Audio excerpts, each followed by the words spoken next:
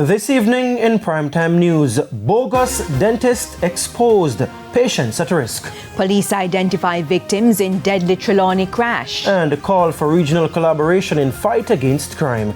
Good evening and welcome to Primetime News. A special welcome if you're watching on TVJ International, that's in the Cayman Islands, or online at onespotmedia.com. I'm Giovanni Dennis. And I am Andrea Chisholm with a preview of what's to come in business news. Here's Kalisha Williams. Thanks, Andrea. Well, we're sticking with issues affecting the Caribbean and why one leader is calling for a regional debt swap initiative. All that and more this evening in the Business Day. And later on in sports, questions over the future of a former West Indies captain. But before that, here's Romaine Robinson with a preview of what's to come in the weather report. Thanks, Gio. We did have some shower activity across sections of the southeast today. We also had some showers affect sections of western parishes.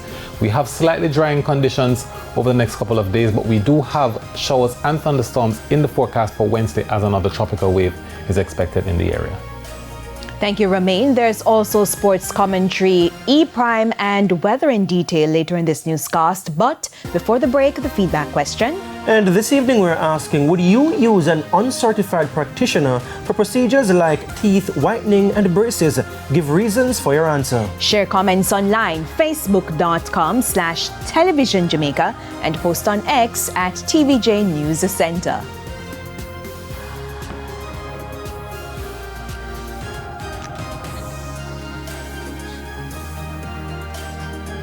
Please stay with us. Primetime News returns right after this break.